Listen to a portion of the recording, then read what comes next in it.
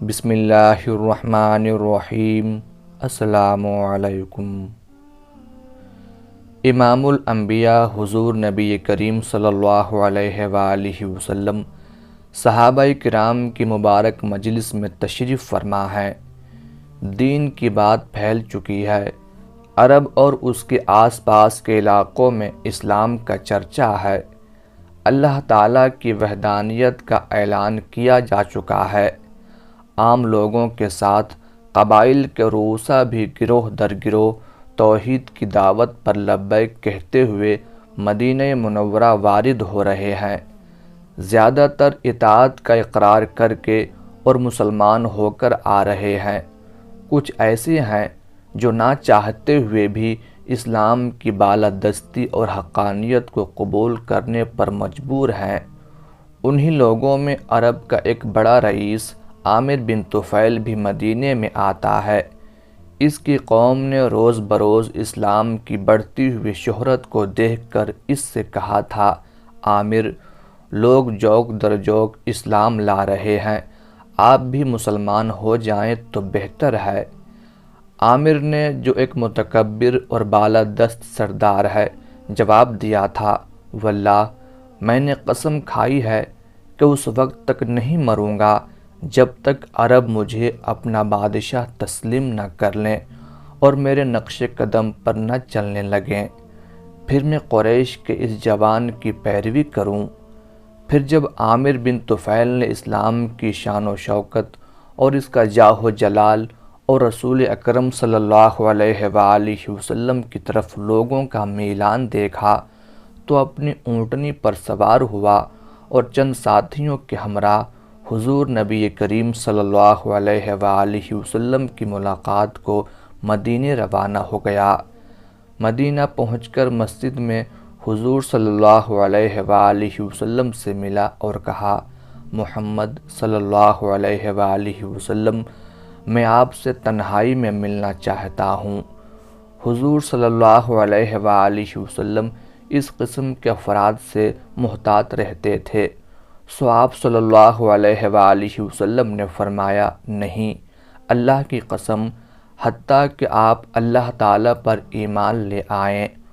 اس نے پھر وہی مطالبہ کیا، محمد صلی اللہ علیہ وآلہ وسلم، میں آپ سے تنہائی میں ملنا چاہتا ہوں۔ آپ نے پھر انکار کر دیا۔ وہ یہی کہتا رہا، محمد میرے ساتھ چلیں، میں آپ سے بات کرنا چاہتا ہوں، میرے ساتھ چلیں، میں آپ سے بات کرنا چاہتا ہوں۔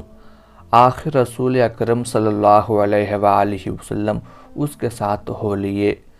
عامر نے جلدی سے اپنے ایک ساتھی اربد کو اپنی طرف کھینچا۔ اس کے ساتھ مل کر عامر نے پہلے سے رسول اکرم صلی اللہ علیہ وآلہ وسلم کو قتل کرنے کا منصوبہ بنا رکھا تھا۔ عامر نے اربد سے کہا، میں محمد صلی اللہ علیہ وآلہ وسلم کو اپنی طرف مشغول رکھوں گا، تو موقع پا کر تلوار کا وار کر دینا۔ اربد تلوار کے دستے پر ہاتھ رکھے مستعد ہو گیا۔ پھر وہ دونوں دیوار کے ساتھ علیحدگی میں چلے گئے۔ رسول اکرم صلی اللہ علیہ وآلہ وسلم عامر سے بات چیت کرنے ان کے پاس آئے۔ اربد کا ہاتھ بدستور تلوار کے دستے پر تھا۔ وہ جب بھی تلوار سونتنا چاہتا اس کا ہاتھ شل ہونے لگتا۔ آخر تک وہ تلوار میان سے نہ نکال سکا۔ ادھر عامر رسول اللہ صلی اللہ علیہ وآلہ وسلم کو باتوں میں مصروف رکھنے کی کوشش میں تھا اور اربد کو دیکھ رہا تھا جو جامد و بے بس کھڑا تھا۔ اس پر نبی کریم صلی اللہ علیہ وآلہ وسلم نے بھی مڑ کر اربد کو دیکھا اور آپ صلی اللہ علیہ وآلہ وسلم نے عامر سے فرمایا، عامر، اسلام قبول کر لیجئے۔ اس نے کہا، محمد صلی اللہ علیہ وآلہ وسلم، میں اسلام قبول کر لوں تو آپ مجھے کیا دیں گے؟ آپ صلی اللہ علیہ وآلہ وسلم نے صاف جواب دیا، آپ کو وہی کچھ ملے گا جو مسلمانوں کو ملتا ہے، اور آپ پر وہی ذمہ داریاں ہوں گی جو مسلمانوں پر ہیں۔ عامر بولا، میں اسلام قبول کر لوں تو آپ مجھے اپنے بعد بادشاہت دیتے ہیں؟ حضور صلی اللہ علیہ وآلہ وسلم نے چاہا کہ عامر سے کوئی ایسا وعدہ نہ کریں جو بعد میں پورا نہ ہو سکے۔ آپ صلی اللہ علیہ وآلہ وسلم نے پھر اسے صاف صاف اور جرأت مندانہ جواب دیا، نہیں، ایسا نہیں ہو سکتا، آپ یا آپ کی قوم کو سرداری نہیں ملے گی۔ عامر نے اپنے مطالبے میں قدر تخفیف کرتے ہوئے کہا، پھر ایسا کرتے ہیں، میں اہل بادیہ کا بادشاہ ہوں گا اور آپ اہل شہر کے۔ آپ صلی اللہ علیہ وآلہ وسلم کا وہی صاف اور کورا جواب تھا، نہیں۔ اس پر جوش غضب سے عامر کا چہرہ سرخ ہو گیا اور چلا کر کہنے لگا، محمد، اللہ کی قسم کھا کر کہتا ہوں، میں تمہارے اس شہر کو برق رفتار گھوڑوں اور نوجوان جنگجوؤں سے بھر دوں گا۔ میں یہاں کی ہر کھجور سے ایک گھوڑا باندھوں گا اور غطفان کے 1000 بھورے گھوڑوں اور اتنی ہی بھوری گھوڑیوں کے ہمراہ تم پر حملہ آور ہوں گا۔ یہ کہہ کر وہ غصے میں پیچ و تاب کھاتا اور دھمکیاں دیتا ہوا مسجد سے نکل گیا۔ رسول اکرم صلی اللہ علیہ وآلہ وسلم اسے جاتا دیکھتے رہے۔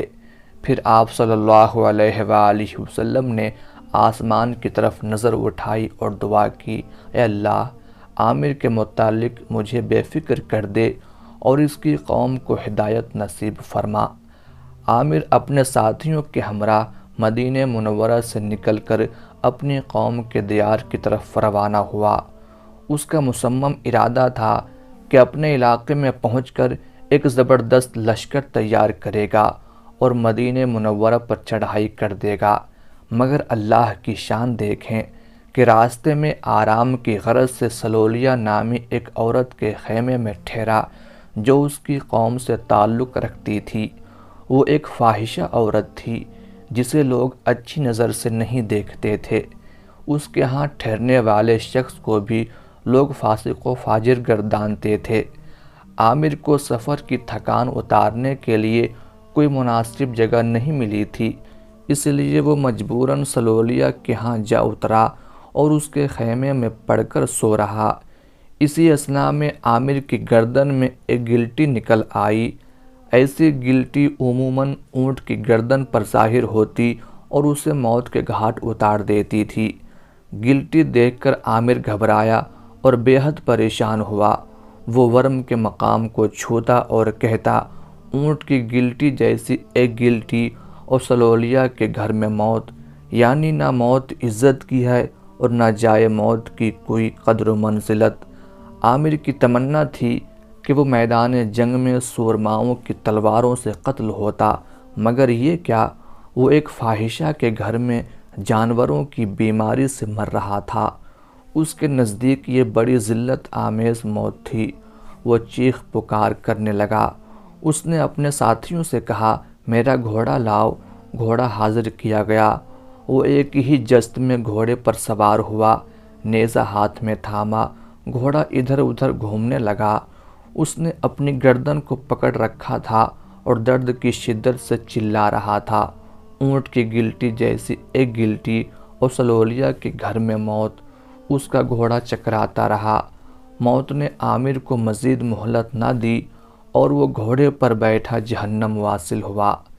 عامر کے ساتھیوں نے اس کی لاش وہیں چھوڑی اور اپنی قوم کی طرف لوٹ گئے۔ قوم کی آبادی میں پہنچے تو لوگوں نے آگے بڑھ کر اربد سے پوچھا، اربد، پیچھے کیا خبر ہے؟ اس نے جواب دیا، خبر کیا ہوتی، محمد نے ہمیں کسی شے کی بندگی کرنے کی دعوت دی ہے، کاش وہ اس وقت ہمارے پاس ہوتا تو ہم تیر مار کر اسے قتل کر ڈالتے۔ یہ بات کہنے کے 1 یا 2 دن بعد اربد اپنا ایک اونٹ لے کر روانہ ہوا جسے وہ فروخت کرنا چاہتا تھا۔ اللہ تعالیٰ نے اس پر اور اس کے اونٹ پر بجلی گرا دی جس نے ان دونوں کو جلا کر بھسم کر ڈالا۔